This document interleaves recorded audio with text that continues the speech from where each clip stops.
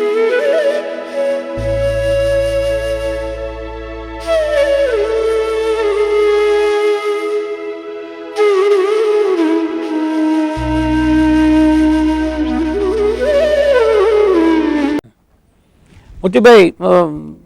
રિસર્ચના guide તરીકે પણ ઘણા વિદ્યાર્થીઓ એવું બહુ જ મોટું અત્યારના મોટે વાત કરે કે મોતીભાઈનો હું વિદ્યાર્થી છું, અને હજુ એ બધા વિદ્યાર્થીઓ સાથેનો મોતીભાઈનો સંબંધ પણ એઝ ઇટ ઇઝ છે.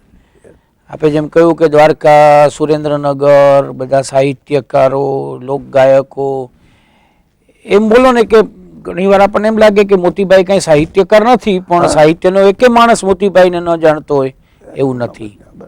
એવી જ રીતે સંશોધનના કેટલા વિદ્યાર્થીઓ, અને મને ખ્યાલ છે કે આજની તારીખે પણ મોતીભાઈને ત્યાં ડાયરો હોય તો એમાં 1-2 જૂના હોય સંશોધન. કેટલા વિદ્યાર્થીઓએ ડોક્ટરેટ કર્યું? 15 વિદ્યાર્થીઓ. 15 વિદ્યાર્થીઓએ કર્યું. પછી આમ તો રિટાયર થતાં પહેલાં 5 વર્ષથી પહેલથી જ મેં રજિસ્ટ્રેશન કરાવવાનું બંધ કર્યું હતું. નહીં તો થાત વધારે, મારે સંખ્યા નથી કરી વધારે. અને સુરેન્દ્રનગરમાં ક્યારથી નિવૃત્ત થયા? સુરેન્દ્રનગરમાં 97માં. 97માં, એટલે 15 વર્ષથી. 15 વર્ષ થઈ ગયા રિટાયર. અને ત્યાર પછીની આમ તો એમ કહેવાય કે નિવૃત્તિ પછી પણ જબરી પ્રવૃત્તિ ચાલી, અને એ પ્રવૃત્તિ તો એવી છે, એ તો બધા મને એમ લાગે ચાલ મને એમ હતું કે રિટાયર થયા પછી મને કોઈ નહીં બોલાવે. કાકા તો હું આચાર્ય છું, યુનિવર્સિટીમાં છું, છેલ્લે તો હું ડીન હતો. ડીનની ચૂંટણી પણ મારા માટે તો બહુ મોટી હતી, કસોટી વાળી. બરાબર. ડીન રહ્યો તે દરમિયાન 3 વર્ષમાં પણ કેટલાય કાર્યક્રમો એવા કર્યા કે જે યુનિવર્સિટીમાં કદી થયા નથી એવા. પણ પછી એ લોકો એટલા જ પ્રેમથી બોલાવે છે, મારા વિદ્યાર્થી જ બોલાવે છે ને. કેટલી સંસ્થાઓ જેને હું ઓળખતો નહોતો એ સંસ્થાઓ પણ નિયમિત રીતે બોલાવે છે. કેટલીક તો અગાઉથી તારીખો લે અને કહે કે હા મારા કાર્યક્રમમાં તમારે આવવું જ પડશે.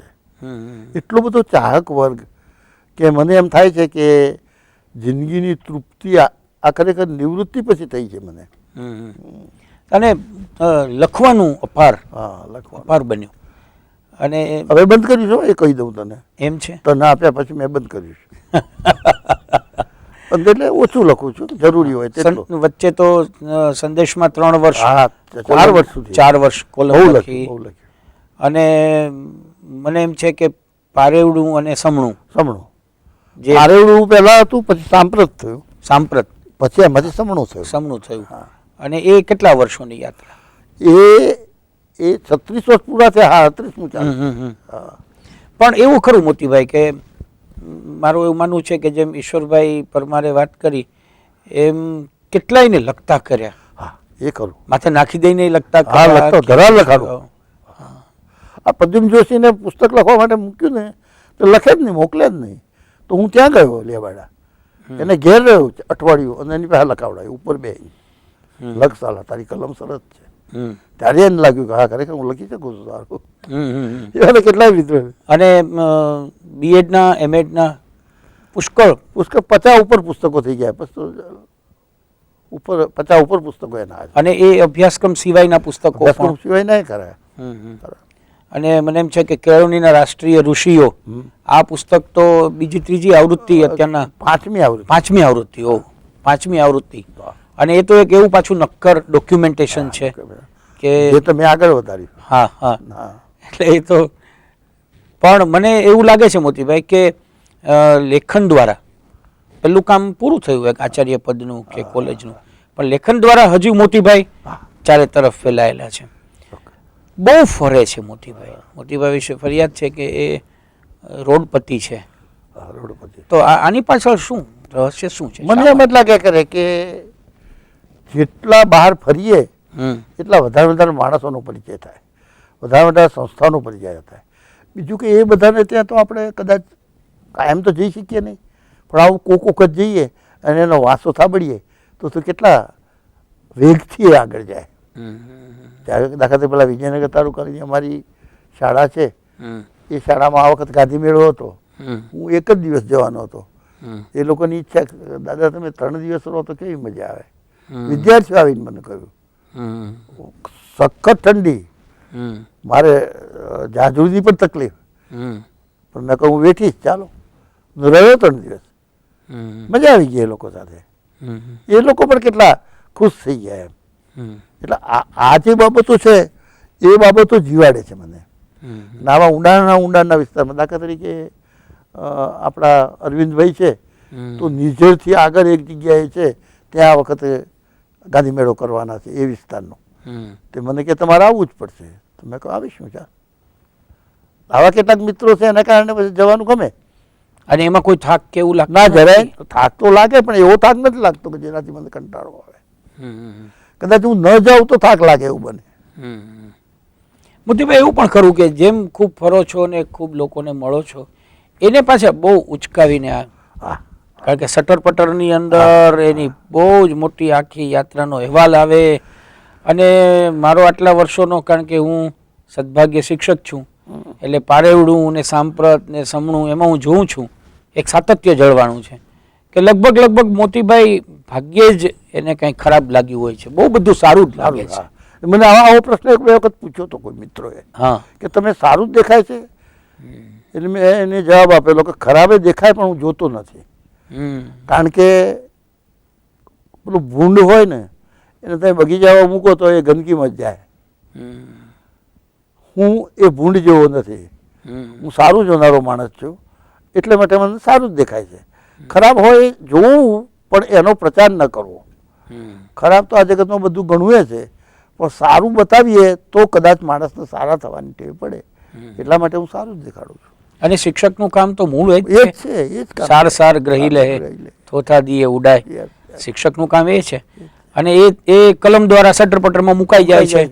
કારણ કે મને ખ્યાલ છે કે સંસ્થાનું નામ, વ્યક્તિનું નામ, એના કોન્ટેક્ટ નંબર, પુસ્તક હોય તો પુસ્તક નહીં, બધી જ વિગતો જે કદાચ એમ લાગો કે સટર પટર વાંચ્યા પછી તાત્કાલિક જીવ ઉપડે કે હવે પુસ્તક મેળવી લઈએ અને વાંચી લઈએ. એટલે મને જે જાણવા મળ્યું એ પ્રમાણે ફરતા રહેતા મોતીભાઈ, લખતા રહેતા મોતીભાઈ, એમ સારપ વેચતા રહેતા. ચોક્કસ સતત સારપ વેચતા હોય.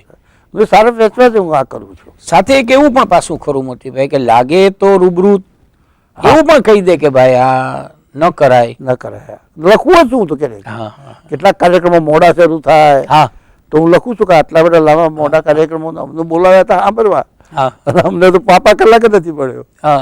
એવું લખી દેવી, ટકોરા કરી દઉં, ખોટું ન લાગે એ રીતે પાછું. મોતીભાઈ એક બહુ ઉજળું પાસું અનેકમાંનું એક મને લાગ્યું કે આમ માનવ સંબંધોના પ્રહરી ગણાય ને. આ કેવી રીતે ટકાવો છો? અઘરું કામ છે. બધા અઘરું કામ છે પણ બહુ મહત્વનું છે. શિક્ષક માટે એ જ મહત્વનું છે. માનવ સંબંધ બાંધવા સહેલા છે, એને ટકાવવા અઘરા છે. ગુણવંતભાઈ કાયમ કહેતા કે મારે વધારે સંબંધો વધારે સમય રહ્યા હોય તો મોતીભાઈ સાથે જ રહ્યા છે. હવે બધા સાથે ખરા. કેમ? કારણ કે આપણે ગુણવંતભાઈને સ્વીકાર્યા ત્યારે પ્રેમથી સ્વીકાર્યા છે. એમની ખબર છે આપણને કે એમની મર્યાદાઓ કઈ છે. એ મર્યાદાઓ સાથે આપણે સ્વીકાર્યા છે. માટે આપણે એમને સ્વીકારવા જ જોઈએ. અને માનવ સંબંધ તો એને કહેવાય કે માનવમાં રહેલી સબળાઈ ને નબળાઈ બંને બહાર આવે. નબળાઈ બહાર આવે ત્યારે એને એવોર્ડ કરવી અને સબળાઈ બહાર આવે એને લેવાની.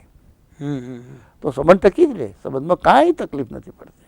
કારણ કે મને એવું ખ્યાલ છે કે દ્વારકા હોય કે સુરેન્દ્રનગર હોય, સુરેન્દ્રનગરમાં ક્યાંક કાર્યક્રમ હોય તો એ વક્તા છે એ રંજનબેન માળી પાસે, મોતીભાઈ ન હોય તો ભોજન તો વૃંદાવનમાં હોય. એટલે આ અઘરી વાત તો જરૂર છે. હું હોઉં ને કોઈ આવે એ જુદી વાત છે, હું ન હોઉં તો અમને યાદ છે કે માતૃભાષા વંદના યાત્રા વખતે છેલ્લી મિનિટે મારી ગેરહાજરી તો એ ધરતી સાથેનો બાહુપાસ એવો થયો જ નહીં. તો એ તમને એમ લાગ્યું નહીં હોય કે આ બે નથી. અને મોતીભાઈ આપણી વાત થાય છે કે સંવાદ છે એટલે કેવું નથી, પણ બહુ ધુરંધર કહેવાય ને એવા લોકો પણ આમાં ચૂકી જતા હોય છે, જેને નાનકડું સૂક્ષ્મ એક આવકારો દેવાનું ચૂકાઈ જતું હોય છે. એટલા માટે ઘણા વક્તાઓ કે જે કહેતા હોય એનું શ્રોતાઓ અથવા વાચકો મૂલ્યાંકન પણ જુદું કરી નાખતા હોય છે. અને એ તમે તો કોઈ દી વક્તા કે લેખકનો ભાર રાખ્યો નથી, જરાય રાખ્યો નથી, પણ આ પાછું એ વાત હોય તો એમાં કોઈ ડિફર થવા તૈયાર નથી. એક નાની વાત એ મોતીભાઈ જાણવી છે કે રાજનીતિ, શિક્ષણની રાજનીતિ એના પણ મોતીભાઈ પ્રવર્તક રહ્યા. ચૂંટણીઓ લડ્યા, હેલ્ધી એન્વાયરમેન્ટમાં લડ્યા, જેમને હરાવ્યા હોય એની સાથે મળીને પાછું કામ પણ કર્યું હોય. તો એમાં કયા પાસાઓ? એમાં મેં એ જોયું છે કે સામેનો માણસ ગમે તેટલો નીચે ઉતરે પણ આપણે આપણી જાતને નીચે ન ઉતારવી તો બીજી વખત પણ તમને માન આપે જ છે. એ માણસ માન ના આપે તમારા વિરોધમાં તો ન જ જાય. દાખલા તરીકે મારો પહેલેથી કોઈ દુશ્મન હોય તો ઉચાટ, અને એનું કારણ એક જ કે એ મતભેદ જ અમારા બહેનો જ એમ જ માને કે હું કહું એ જ સાચું, હું એમ ન કહું કે હું કહું એ સાચું, પણ આખી ફેકલ્ટી છે એ કહે એ સાચું. આપણે એ તો આપણે વિચારવું જોઈએ ને. દાખલા તરીકે એ ચૂંટણી હું લડ્યો અને ડીનમાં હું ચૂંટાયો, પછી આપણો અભ્યાસક્રમ નવો બનાવવાનો હતો તો મારે ત્યાં જ રાખ્યું. હા, સુરેન્દ્રનગરમાં રાખ્યું અને એમને એના અધ્યક્ષ પણ નીચે રાખ્યો. મારા કેટલાક મિત્રોએ મને ફોન કર્યો કે તમે શું કરો છો, આ તો તમારી સામે કામ કર્યું છે. મેં કહ્યું એ ભલે હોય પણ અત્યારે તો મારી હાથે છે. મેં કહ્યું એટલે આ સ્પોર્ટ્સમેન સ્પિરિટ આપણા, મેં જોયું છે કે શિક્ષણવાળામાં બધાના વધારે સંકુચિતતા છે, એના કરતાં વધારે સારી રાજકારણીઓમાં છે વિશાળતા. એ હામામાં પક્ષમાં હોય રાત્રે હાથે બેઠા હોય, પ્રસંગો હોય તો એકબીજાના સાચવી લે. કારણ કે મેં કેટલાય રાજકારણીઓ મારા અંગત મિત્રો છે એટલે મને ખબર છે. આ અમરસિંહ ચૌધરી અને ચિમનભાઈ પટેલ એમને રાત્રે કોઈ પણ એકને ઘરે બેઠેલા જોયા છે ને મેં વાતો કરતા જોયા છે. તમને નવાઈ લાગે, આપણે શિક્ષણવાળા ન કરી શકીએ, એ તો આમ કરીને કતરાઈને જાય, ત્રાસી નજરે જ વાત. એટલે આપણામાં જે સ્પોર્ટમેન સ્પિરિટ છે એ નથી. એટલે હું ઘણી વખત કહું છું કે આપણા શિક્ષણવાળાઓને થોડોક વખત પણ રાજકારણમાં મોકલવા જોઈએ. બીજું એમને સ્પોર્ટ્સ એટલે કે રમતગમતમાં પણ મૂકવા જોઈએ. એટલે રમતા શીખે તો એમનું કેટલીક બાબતો છે રેચક થઈ જાય. મને પહેલથી રમવાનો શોખ, હું હવે અહીંયા આવ્યા પછી ન રમી શક્યો, સુરેન્દ્રનગર આવ્યા બાકી રોજ કલાક 1.5 કલાક તો ખરો જ. વોલીબોલ, ટેબલ ટેનિસ આ બધા નિયમિત રમતો હું. અને મારા જીવનની વધારે મારો સ્વીપર પણ મારો પટાવાળો પણ મારી આ રમતો હોય એવું ત્યાં તો હતું જ મારે દ્વારકામાં. દ્વારકામાં આખી એક ક્લબ ઊભી કરી તમે, ચેતના યુવા ક્લબ. હા, આખું રજિસ્ટ્રેશન કરાવેલું, એનો ફાળો ઉઘરાવેલો અને એમાં બધા જ રમવા આવતા. મોતીભાઈ 75 વર્ષ થઈ ગયા છે અને એક ત્રીજી વ્યક્તિ તરીકે હું મૂલ્યાંકન કરું તો મને એમ પ્રશ્ન થાય છે કે મોતીભાઈ જેવો વાંચક, ઊંધું ઘાલીને વાંચનારો માણસ, મોતીભાઈના ઘરની લાઇબ્રેરી પણ એક કોલેજ, મહાકોલેજની લાઇબ્રેરી હોય એવી લાઇબ્રેરી. આ વાંચવાનો શોખ એટલે આમ તો ગાંડો શોખ છે મને ખ્યાલ છે.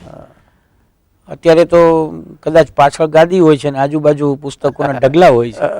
એ કેમ લાગ્યો ને કેમ વિકસ્યો? ખરેખર એ શોખ મને લાગ્યો વેડછીથી. હા, વેડછીમાં બબલભાઈ મહેતા આવ્યા હતા વ્યાખ્યાન આપવા, પછી પ્રશ્નોત્તરી થઈ. મેં પૂછ્યું કે બબલભાઈ મારે વાંચવું હોય તો શું વાંચવું પહેલા? એટલે મને કે દીપ નિર્વાણ નવલકથા વાંચો, મનુભાઈ પંચોળી.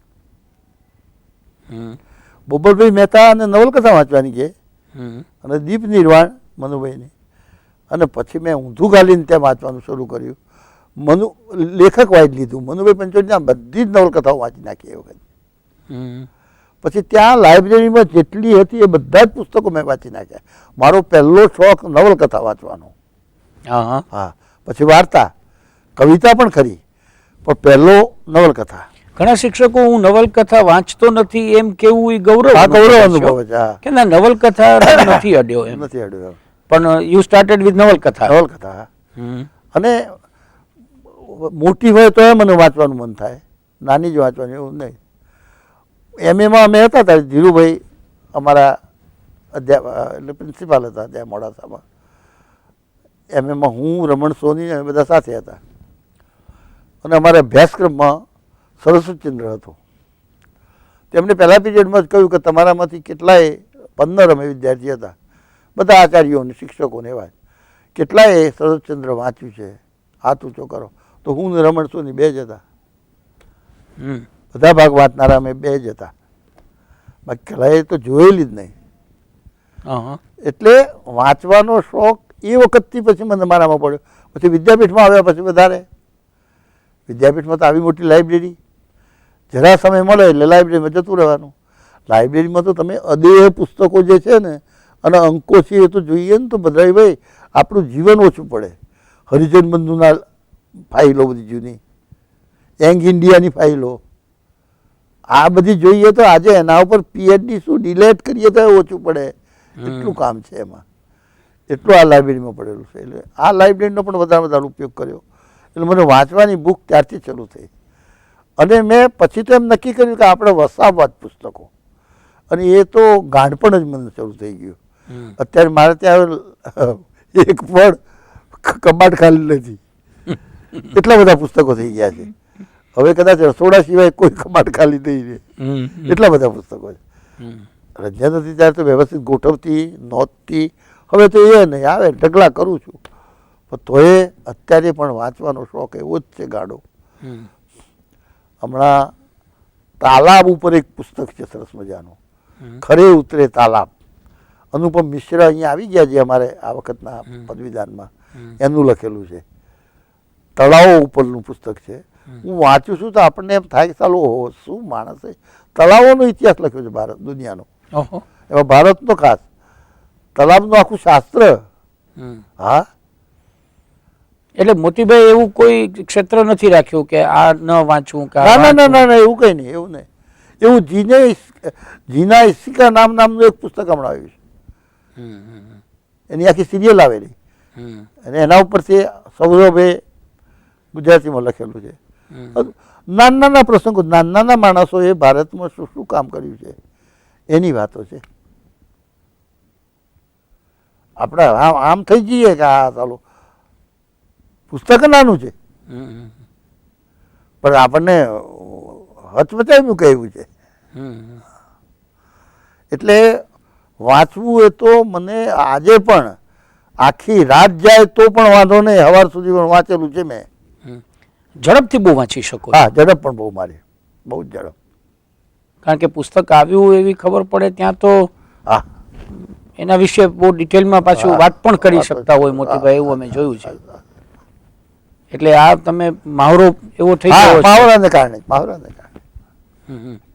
મોતીભાઈ, મારે વચ્ચે એક મુદ્દો રહી ગયો છે એને ઝડપથી સ્પર્શ કરવું છે. એમએ મોડાસા કર્યું? હા, MA with Gujarati. MA with Gujarati. અને પીએચડી કોમની પાસે કર્યું? પીએચડી ડૉક્ટર શાસ્ત્રી જયેન્દ્ર દવે પાસે વિદ્યાનગર. અચ્છા, એટલે જે સીએનમાં સાથ હતો, મિત્રો હતા. અને ત્યારે જ અમે કાંકરિયા ફરવા ગયેલા એક વખત. હજુ તો એ જ અધ્યાપક હતો ને હું એ અધ્યાપક હતો પીટીસીમાં.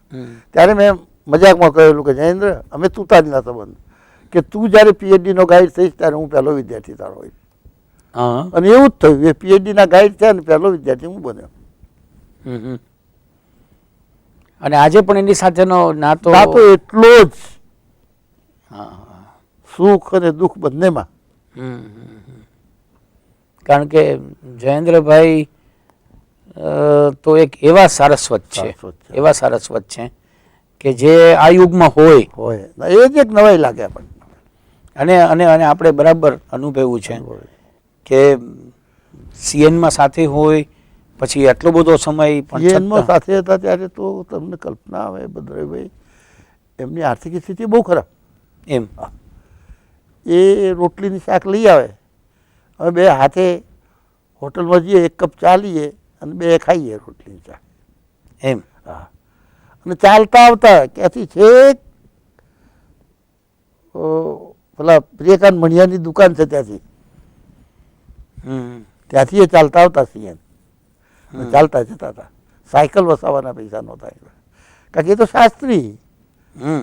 અને ત્યાં આપણા બનાસકાંઠામાં એક હાઈસ્કૂલમાં શિક્ષક હતા.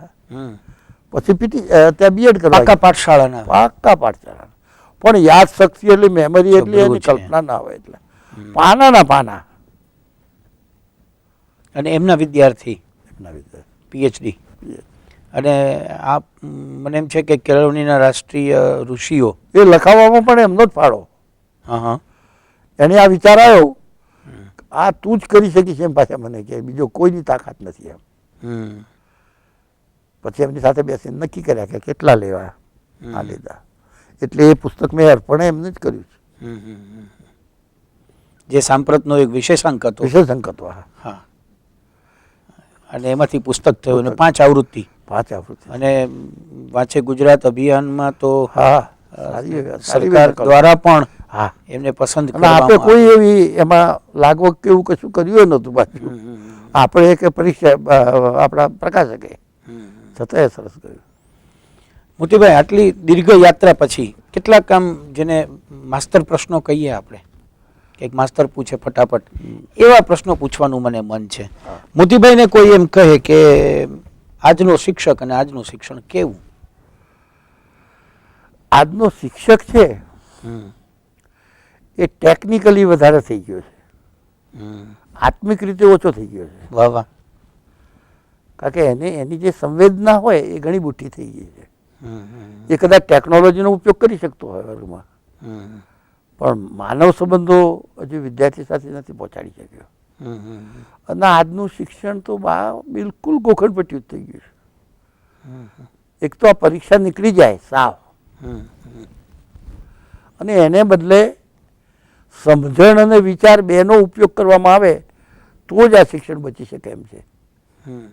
આજનું શિક્ષણ તો બિલકુલ આપણે જાણીએ છીએ કે એમાં આ જે સેલ્ફ ફાઇનાન્સ સ્કૂલો થઈ છે અને કોલેજો થઈ છે એમાં તો જે અપાય છે તો આપણે જાણીએ છીએ કે વેચાતું જ છે એમ હું માનું. અને આ જે અત્યારનો માહોલ છે એની વચ્ચે મોતીભાઈ વિદ્યાપીઠમાં પણ બેઠા છે, એટલે એવું લાગે છે કે આ જે નઈ તાલીમવાળી વાત હતી એ ફરી એકવાર આપણો એક ઉદ્ધાર કરી શકે. અમારા કેટલાક સામાન્ય પ્રવાહના જે માણસો છે ને, એટલે ચીલા ચાલુ પ્રવાહના, એ લોકોને પણ હવે એમ થવા માંડ્યું છે કે નહીં, આ વિદ્યાપીઠની જે કામ છે ને, એટલે કે નઈ તાલીમનું કામ છે ને એ સાચું કામ છે પેલા કામ કરતો. હવે આપણે આ તરફ જ જવું પડશે.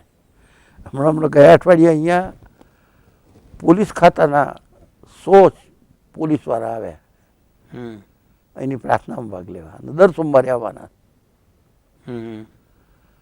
એના એસપીએ સાથે હતા, બહુ સારા વાચક. માર્ટિન લ્યુથર કિંગને પણ એમને વાંચેલા છે, ઓબામાને પણ વાંચેલા છે, મહાત્મા ગાંધીને વાંચેલા છે. કેમ તો કે એમને એક વાતાવરણ મળ્યું. પોલીસ ખાતું જો આવું વિચારતું હોય તો આપણે એવું વિચારવું જ. આપણે પેલો છોછ જે છે નઈ તાલીમ વાળો એ કાઢી નાખવાની જરૂરિયાત છે. મોતીભાઈ, પુષ્કળ પુસ્તકો વાંચ્યા, એમાંથી પસંદ કરીને કોઈ 2-3 પુસ્તકોના નામ આપવો હોય તો અઘરો પ્રશ્ન, છતાં મને વધારે જો ગમ્યું હોય તો હું ઘણી વખત કહું છું મરતા પહેલા આટલા પુસ્તકો વાંચજો. હા હા. તો પહેલું પુસ્તક ન હન્ને તો વાંચવું જોઈએ. વાહ. બીજું પુસ્તક રેવન્યુ સ્ટેમ્પ, ત્રીજું પ્રિયજન. આ 3 તો વાંચવા જોઈએ. એ વાંચ્યા પછી માણસ ભર્યો થઈ જાય છે, શાંતિથી મરી શકે અને જીવશે તો જીવી પણ શકશે એવું હું માનું. એટલે એવું પણ થયું કે ન હન્યતે, રેવન્યુ સ્ટેમ્પ, પ્રિયજન, બધા મોટો સ્કોપ, બહુ મોટો સ્કોપ છે. હું તો પછી મળેલા જીવ પણ કહું છું. હમણાં મળેલા જીવ વાંચી મેં પાછી ફરીવાર મારે બોલવાનું હતું એના ઉપર, પન્નાલાલ ઉપર, ખેડૂતોમાં. ત્યાં શ્રેષ્ઠ ચિંતકો ના નામ? શ્રેષ્ઠ ચિંતકોમાં મને રવિન્દ્રનાથ ટાગોર, મહાત્મા ગાંધી, સોક્રેટિસ પણ ખરા. વાહ. આ મને 3 બહુ જ ગમે છે. મોતીભાઈ, આદર્શ શિક્ષકો આપના જીવનમાં આવ્યા હોય કે આપે વાંચ્યા હોય, એવા કોઈનું સ્મરણ કરવું હોય તો? આદર્શ શિક્ષકોમાં અમારે ત્યાં અહીંયા અર્થશાસ્ત્રના અધ્યાપક હતા અમારા કાકા, એમને અમે કાકા કહેતા. બીજા મગનભાઈ દેસાઈ, ત્યાં વેડસીમાં અમને મળેલા જુગતરામ કાકા. એ ભણાવે એટલે આપણને મજા આવી જતી. અમને ગીતો ગાતા હોય અને બંગાળી પણ કેટલું સરસ જાણે. અને બીજા હતા ચિમનભાઈ પ્રાભટ્ટ. એ ગાંધી કથા પણ બહુ સરસ કરતા. મોતીભાઈ, સાહિત્યકારોમાં આપના બહુ પસંદગીના તો ઘણા છે અને જેમની સાથે અંગત સંબંધ છે એવા છે. એમાં વધારે પ્રિય મને કોઈ હોય તો વિનેશ. મનોજ હતો બહુ પ્રિય મને અને મારા ઉપર બહુ પ્રેમ હતો, પણ એ તો ચાલ્યો ગયો. વહેલો. અને આમ અતૂટ નાતો મૈત્રીનો વચ્ચે આપે વાત કરી, એવો નાતો તો મને એમ છે કે કદાચ ગુણવંતભાઈ અને આદરભેરો શાસ્ત્રીજી સાથે એ ન મૂલવી શકાય એવો. બરાબર ને? ત્રાજવા કદાચ વામણા પડે એવું. કારણ કે મને ખ્યાલ છે કે ગુણવંતભાઈનું વ્યાખ્યાન અમદાવાદ હોય તો મોતીભાઈ શ્રોતા બનવા આવે ને આવે. અને ગુણવંતભાઈને પણ રાજીપો હોય કે મોતીભાઈ બેઠા છે. એટલે મને તો એવું પણ લાગે મોતીભાઈ કે આવે હાળું કોઈ એવો સંબંધ ગયા બહુનો હશે તો ગુણવંતભાઈ કેટલા બધા મિત્રો હોય તો આપણને કેમ યાદ કરે. હા, અતૂટ રીતે. પાછા એમ કે તમને અનુકૂળતા ન હોય તો ના આવતા. પાછા એમ મેં કહું હું પ્રતિકૂળતા વચ્ચે આવીશ.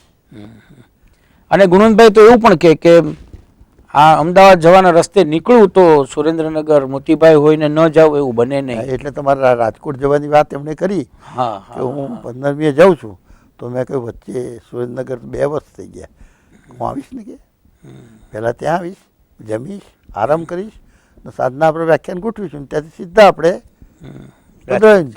રાજકોટ પ્રેમ મંદિરમાં એટલે જ ગોઠવ્યું. મોતીભાઈ, આટલી લાંબી આપણી ગોષ્ઠી પછી હજુ આવતા 10 વર્ષોમાં શું કરવું છે? મારે હજુ ખૂબ વાંચવું છે અને ખૂબ ફરવું છે. હજુ ગુજરાતમાં કેટલીય જ સંસ્થાઓ અને કેટલાય ખૂણા એવા છે કે હું જઈ શક્યો નથી. ના, પણ અત્યારે ગુજરાતનો એક ખૂણો એવો નથી કે જ્યાં જાઓ ત્યાં કોઈ તમને એવું ન મળે કે મોતીભાઈને નું નામ ન લે. એ નામ લે જુદું, પણ હું ન ગયો એવા ખૂણાએ છે. સમણુના વાચકો પણ ઘણા એવા છે. પણ હજી એ જ રખડપટ્ટી તો એ તો ખરી એમ. એ જ્યાં સુધી મને ભગવાન એમ ન કહે કે તારે ફરવાનું નથી ત્યાં સુધી હું ફરવાનો. અને મને ભગવાનની મહેરબાની છે કે મને ગાડી આપી છે, 2 દીકરાઓ આપ્યા સરસ. એ એમ કહે છે કે પપ્પા તમારા પૈસા કેમ નથી તમે માગતા મારી પાસે? મેં કહું આ સરકાર આપે છે પેન્શન, એ ઘટે તો માગીશ. હજી સુધી ઘટ્યું નથી. એટલે કોઈ બીજી ચિંતા છે નહીં. અને મિત્રો એટલા બધા છે કે મિત્રો પોતે, દાખલા તરીકે અરવિંદ છે. હવે અરવિંદનું મારા ઉપર એટલું ઋણ છે, હું એમ માનું છું કે બોલાવે એટલું હું કદીએ પૈસા લેતો નથી એની પાસે. આટલા કિલોમીટર જવાનું હોય તો મારી ગાડીમાં ગેસ મેં ફિટ કરાવ્યો એનું કારણ મારી એની પાસે પૈસા લેવાય જ નહીં. એણે મને ભણાવ્યો એમ જ કહેવાય ને. અને એની સંસ્થામાં જવું તો હું કેવી રીતે લઉં? છતાં હમણાં વચ્ચે આ પેલું હતું ને એમનું રેલી, ત્યારે હું ગયો. ત્યારે મનુ કે અમારી પાસે સગવડ છે, અમને ગ્રાન્ટ મળી છે એટલે એમાંથી તો મેં કહ્યું 2000 આપી દે. એટલે કે તમે નામના જ લો છો? મને ખબર. હા, મેં કહ્યું નામના જ લેવાય ને મારથી, બાકી હું નથી લેતો, કોઈ દિવસ નથી લેતો. ઘણા રહસ્યની ખબર નથી, અરવિંદને ખુદને ખબર નહીં હોય. એટલે કદાચ આપણે જે આગળ વાત કરી ને માનવ સંબંધો, આ એનું મુખ્ય પાસું છે કે જ્યાં ગણતરી નથી, ગણતરી જરા પણ નથી. અને એક ગુણગ્રાહિતા પાકી છે અને એનો જરાય ભાર પણ જરાય નહીં. મોતીભાઈ, આવતા ભાવમાં મોતીભાઈ મનુભાઈ પટેલ ફરીવાર અવતરે તો શું થઈને અવતરશે? એક તો માણસ તો થવો ને. હા, માણસ જ તો મારે આવતા જન્મમાં મોટામાં મોટું કામ, હું બધા ક્ષેત્રમાં કામ કરી ચૂક્યો છું. પ્રાથમિક, માધ્યમિક, પીટીસી, ઉચ્ચતર માધ્યમિક, બીએડ, એમએડ અને પીએચડી. એક માત્ર પ્રી પ્રાઇમરીમાં મેં કામ કર્યું નથી. મને બહુ જ ઈચ્છા છે કે આવતા જન્મમાં ભગવાન મને પ્રી પ્રાઇમરીના શિક્ષક બનાવજે. વાહ!